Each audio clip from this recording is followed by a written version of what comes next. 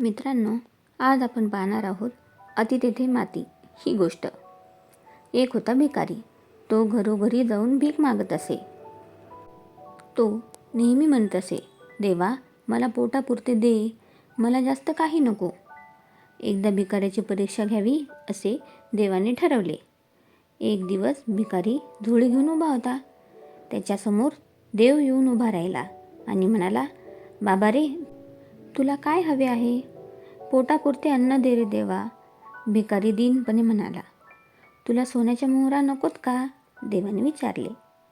दे दे देवा, थोड्या मोहरा दे, भिकारी म्हणाला. पण एक अट आहे, देवाने बजावले. कोणती अट? भिकाऱ्याने विचारले. तुझ्या झोळीतील मोहरा खाली पडता कामा नयेत. त्या खाली पडल्या तर त्यांची माती होईल. भिकाऱ्याने अट कबूल करून आपली झोळी देवापुढे धरली. देव त्याच्या झोळीत मोहरा टाकू लागला. काही मोहरा झोळीत टाकल्यावर देवाने विचारले, पुरे का रे? चमचम चमकणाऱ्या मोहरा पाहून भिकाऱ्याला लोभ सुटला. भिकारी म्हणाला, देवा आणखीन मोहरा घाल.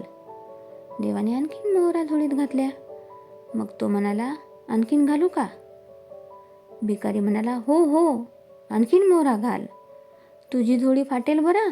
देवाने इशारा दिला. नाही फाटणार देवा, दे आणखीन मोहरा दे, भिकारी म्हणाला. देवाने आणखीन मोहरा झोळीत टाकल्या.